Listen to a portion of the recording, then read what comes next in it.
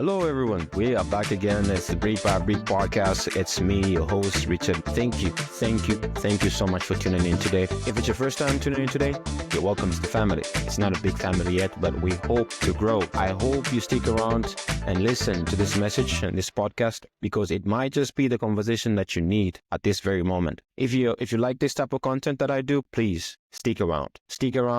Leave a like, share it to someone who could use it, and most importantly, please subscribe so you can keep up with what I'm doing. It means a lot to me if you interact to this content, this type of conversations that we're having, because it gives me an extra oomph, an extra motivation to keep putting out the content that not only improves me, myself as a host and also as a person, but also brings value to you. So without further ado, let's dive right into it. All right. Today's big question is this: what if, right? You ever think about that? You ever think about the what if question, the what if moment? What if it works out? What if it actually works out? What if you actually make it? What if the relationship you've been praying for actually works out? What if you get the job you wanted? What if you start the business? What if you overcome your fears? What if you overcome your insecurities? What if you forgive your parents? What if you forgive yourself? What if you finally run that marathon? Guilty. I've always wanted to run a marathon, but this year, what if I run a marathon?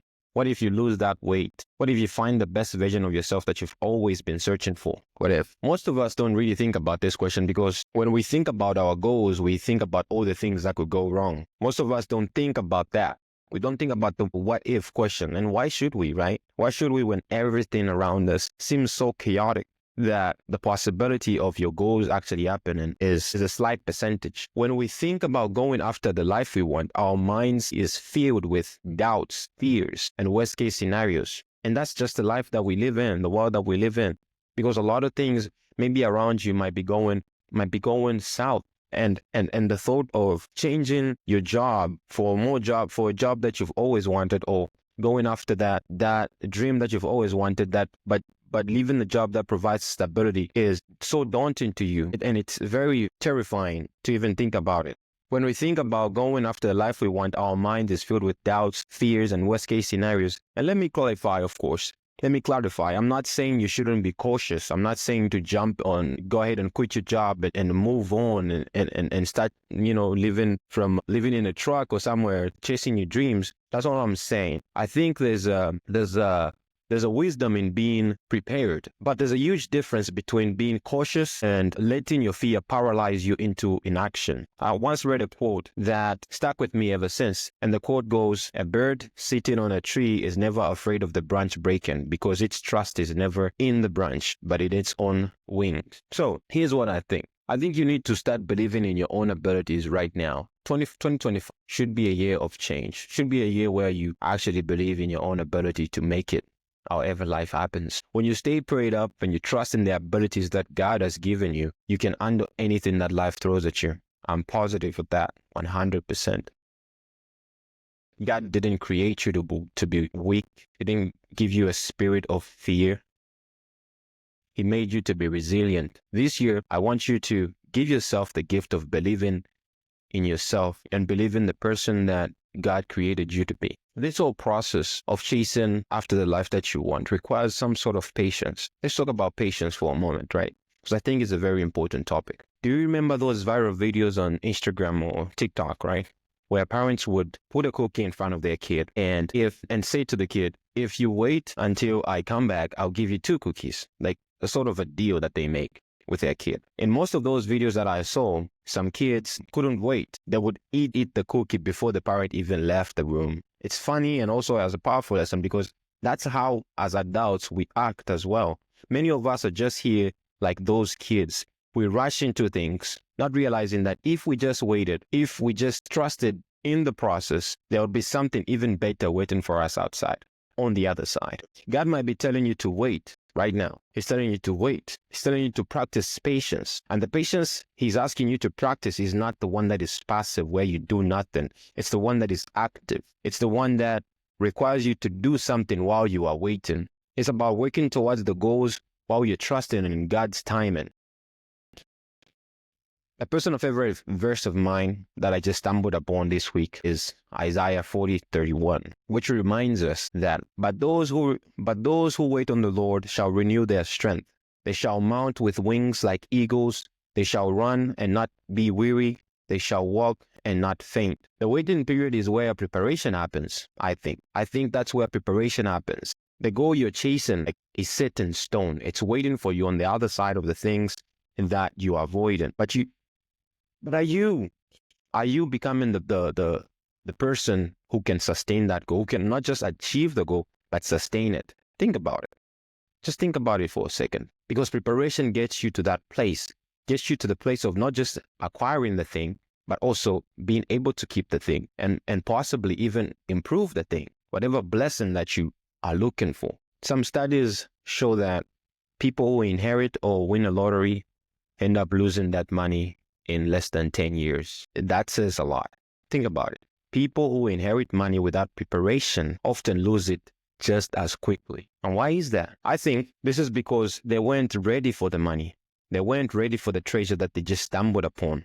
Preparation is what makes you a good steward of the blessings that you asked for. Now, in this whole process of patience, because patience requires work, requires you to actually be present with yourself and not be moved by everything that's moving, right? Actually just requires you to be calm and stay focused, and that takes a lot of work. But that's where growth is. That's where growth is, and that's why it is so uncomfortable.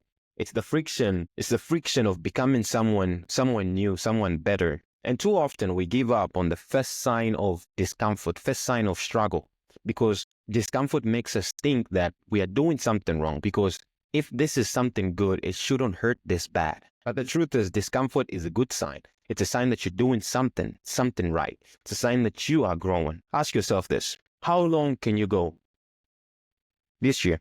How long can you go? How far can you push yourself? How far can you run? How much can you study? How long can you be fully present with your kids, your wife, your brother, your sister, your family? I challenge you to this, actually. How far can you go? How much can you push yourself? How patient can you be?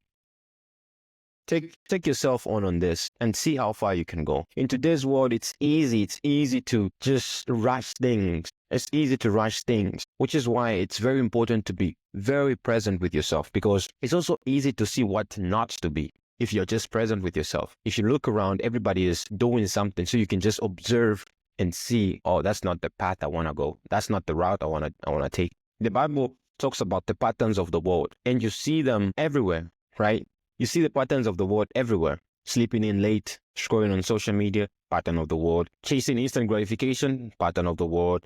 Avoiding responsibilities, pattern of the world. All those are patterns of the world, and the Bible is telling you to do not conform to the patterns of the world, which is why it's so easy these days to actually get to a point where you want to get, because you have examples around you of what not to do. But what if getting the life you want, the life that you want, is not that complicated? It's not complicated. What if it's less about what you should do, like the to-do list and stuff like that, which is, I'm fine with the to-do list, but just a little bit less of what to do and a little bit more about what not to do. Just a little bit more.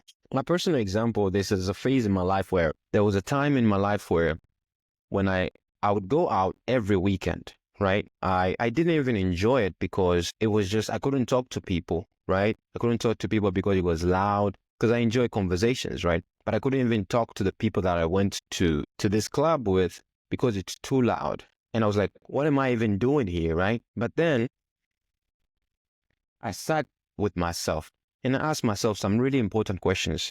Questions like, am I doing this because I generally enjoy it, or because it's easy and socially acceptable? And the answer was clear to me. I was just going with the flow. I was not living with intention. So the question is for you is, what are you doing today that doesn't fully align with what God is calling you to do and what your purpose is, right? That's the question for you.